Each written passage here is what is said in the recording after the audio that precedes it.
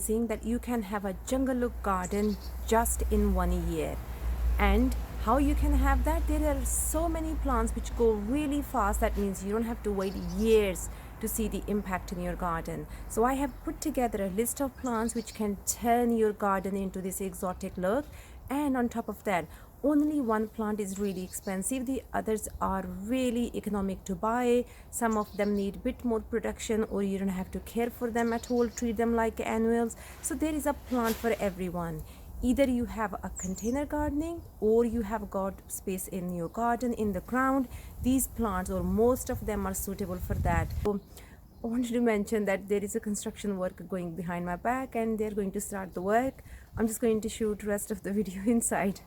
I really hope that I have picked the right location for my topic indoors. I mean, I love this plant. I can never have enough of it. So, okay, let's move on to our top 10 plants which we think are really super fast to grow. So the number one is going to be bamboo. Bamboo is my favorite plant, and I think it was the first kind of exotic. When I started to think about exotic plants in my garden, it was the first one we bought because of the privacy. So the number one factor we wanted was fast growth, and bamboos are known to be the fastest growing plants, so you cannot go wrong. The only drawback about bamboos is that they are a bit more expensive to buy. But once you buy one pod, trust me, it will just multiply depending on which variety you are getting. If you want it to expand real quick, go for runners. If you want it to be slow growing, go for clump forming. If you're putting it in the ground, it's always a good idea to have some kind of a barriers. Trust me, they can be real invasive. And if you are putting it in a pot, just have a really big pot, because otherwise it's not a good idea. Bamboos are really hungry plants, so the more soil you can give, the more water you can give, the more they will thrive, and they will reward you with amazing height. So they are super fast growing. They can grow meters in a week. That's how amazing bamboos are. And they are suitable for pretty much any climate because they are hardy to -10 to -20 degrees. So it's just a win-win. I mean, having a plant, no worry about weather conditions, especially in the UK or any colder part of the planet, is just amazing. And on top of that, you get variation. You can get green cane bamboo, yellow cane, and the black one. I mean, I love the black one. I just think it's very slow growing, I find, but I just think it's just awesome. So bamboos will always be number one for me. Amazing plant to have. Moving on, I have to include Musa basjoo. I absolutely love Musa basjoo.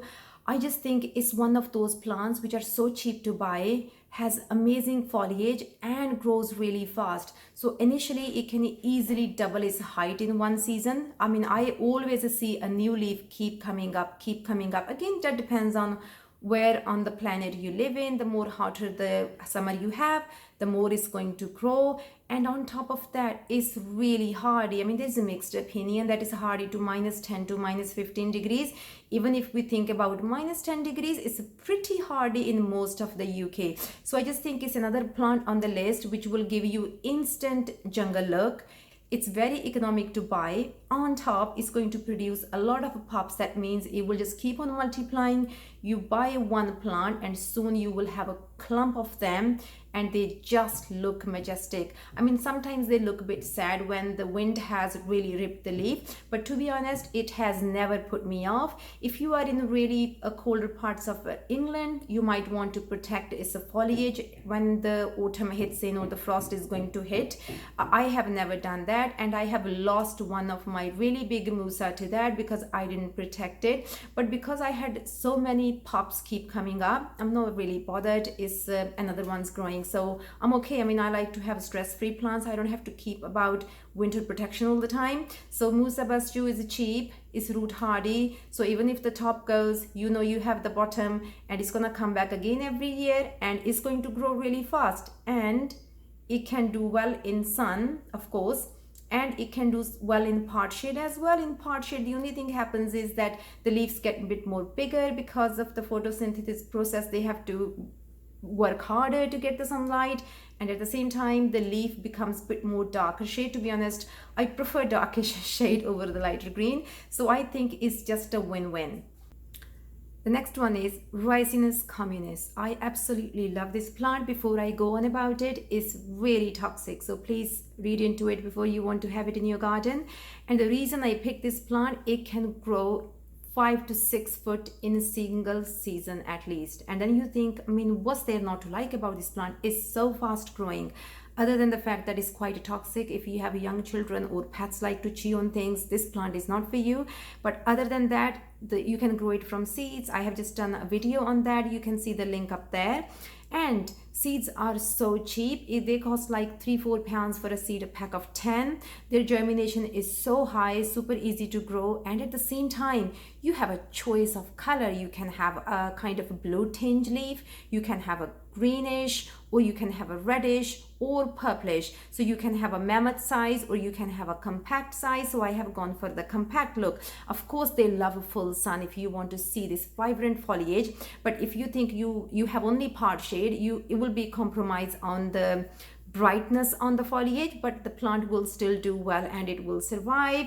So I just think it's an amazing plant, and at the same time it's not fussy. Most of these plants, as long as you give them free draining soil, they do really well. So again, it's a must have if you are on a budget, you are looking for same year impact, and at the same time you love these dramatic leaves and it's so economic to buy. So this is the one for you then. Last thing I wanted to add about this one is that it is not hardy, and the reason we don't even fuss about it's not hardy because it grows in one season. It's really economic to buy, so we just treat it like as annual. So when the really December, January comes, it will die down, and next year you can always grow it from seeds if you have seeds from your plant, or you can buy them on eBay, any online retailers. They are so widely available, so it's not even an issue. So annual, cool. So now if we are talking about big dramatic leaves and not so hardy plants, I have to include Colocasias and Alocasias. So Colocasia, actually there is one variety which is hardy to -9 degrees. I find its name so hard to pronounce, and I have it in my garden for many years. I'm just going to put the name up here. And now my new favorites are all the black foliage Colocasias, and of course there is a sapphire, and then there is black coral, and then there is a black magic. So these ones are not really huge tall variety, but I think if you are after not green Colocasia, you wanted the blackish tone, they are so easily available as well. Of course they are not hardy, they need winter protection. But if you are after a plant which is going to give you instant impact in the same year, just go for a bigger comb. If you grow it from them, it's going to have that big leaf impact. The only thing about Colocasia is we always talk about this free draining soil. They are really bog plants and they do really well if you keep the soil really moist. You will be rewarded with amazing leaves. So if you are going to treat them like any other plants, don't give it enough water, leaves don't do that great. So that's the only thing about Colocasias. Now Alocasias, I love Alocasias and I have never grown a single one in my garden, but this year I am thinking of growing Adora. I just love the leaf, it looks so giant. I don't know if you really get that impact in one season, but from where I have read that you really get Alocasia full impact, not maybe I wouldn't say full, but you get good material impact in one season as long as you buy a good size plant. So I'm not planning to buy any baby starter plants. If you are after an instant fast growing plant, you can include Colocasias and Alocasias and take your pick. If you're after black color or green color, I just think they look amazing and they're not really hard to have a winter storage. So that's another plus point. I think if you have managed to succeed with Ensete, you will find all the other plants super easy to store. So that's how I'm thinking. I think I have succeeded with my Ensete. So I'll shoot my video on that. So yeah, this time I'm going to give a go to Colocasias and Alocasias again. My Colocasias did not do brilliantly last summer. It was pretty bad summer as well, to be honest. It was a hit and miss. So I'm not going to count on that. But this summer it will be a new summer, and let's give it another go. Now we talked about Ensete, let's bring that in. Okay, so if you want same season statement plants, look no further than Ensete Maurelli. I absolutely love this plant. If you really do not like to winter protect your plants and you think I don't want to do it, I don't have the space, you can treat Ensete as an annual because they are not expensive plants. From garden center, I can see it in my garden center around 7 to 10 pounds depending on the size you get. So if you start early spring, by the time we are in summer, it will be a statement making plant. They really grow super fast because of their big foliage. Give them a lot of feed, a lot of water, of course a lot of sun. So the cool thing same with Ensete as Musa basjoo is that if you give it partial shade, the leaves tend to be bigger because they need to work harder. And I just think that means it's a plus point. You can still use it in full sun and you can still use it in part shade. It's just a win-win. So Ensete, you need to winter protect if you can, but if you cannot do it, it's no big deal. Buy another one next year. But it just, I just find with Ensete it's harder to let it go because it looks so big and you think next year it's going to gain extra height. I should really protect it, and I am really hoping that this year I am successful, but I will share that video. How's my Ensete doing? So again, not hardy, need winter protection. It can do well in any soil as long as it's free draining. That's with most of plants. And always have a lot of horse manure or farmyard manure, anything you can find, and it's good to go. The next on the list is Cannas. I absolutely love Cannas. I really started with the Tropicana Gold, and I have moved on to Tropicana Black, then Durban, then Cleopatra. The reason you will have them because they are so easy to grow and they are so easy to buy and they are so economic and they grow in the same season. So you don't have to worry about, let me wait a few years till I see the full impact. They flower in the same year. That's how cool it is. So Cannas are not just for the foliage, they are for the flowers, but I have never cared about the flowers. For me, it's all about the foliage. I absolutely love Cleopatra. If you are after two-tone, if you wanted a blackish look, you can go for a Canna Durban or Canna Tropicana Black. If you want green, there are so many available on the market. But if you want a huge looking canna, look no further than Canna musifolia.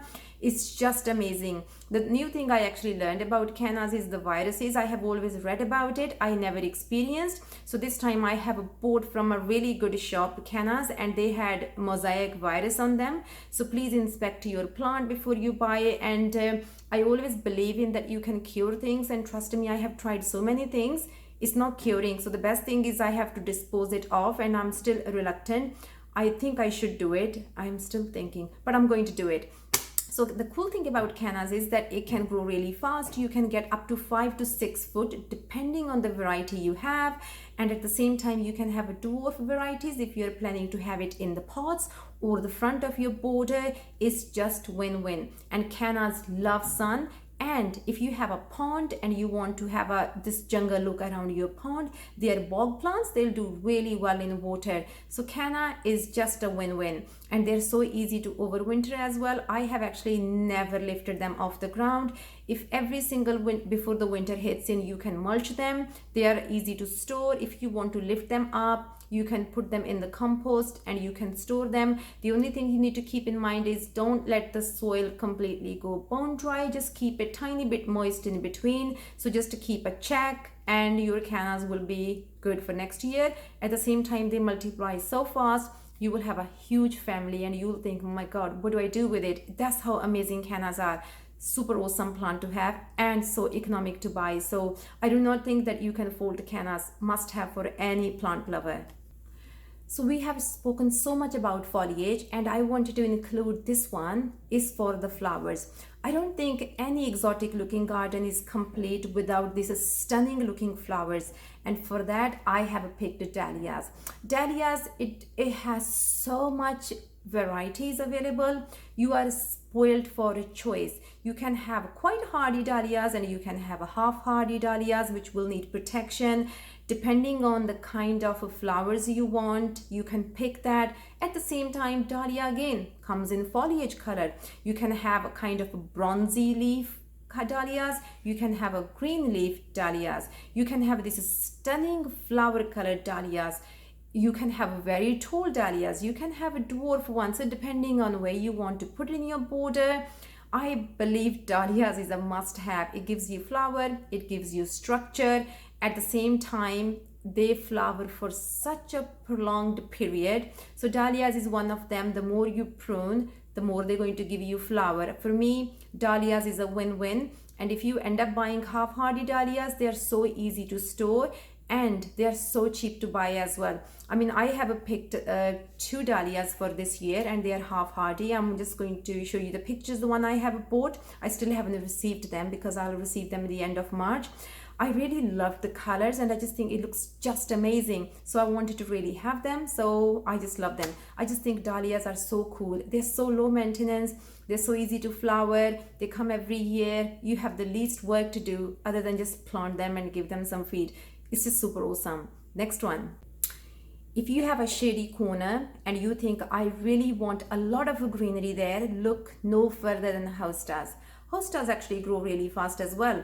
And my absolute favorite is Sum and Substance. It's quite resistant to slugs, and the leaf green color is just amazing.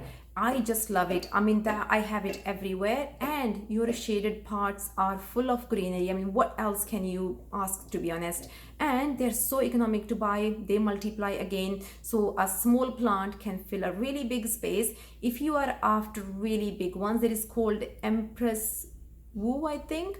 I will put the link for it. I don't have it because I am just in love with Sum and Substance. I just love the green tinge on that. I just think it's just amazing.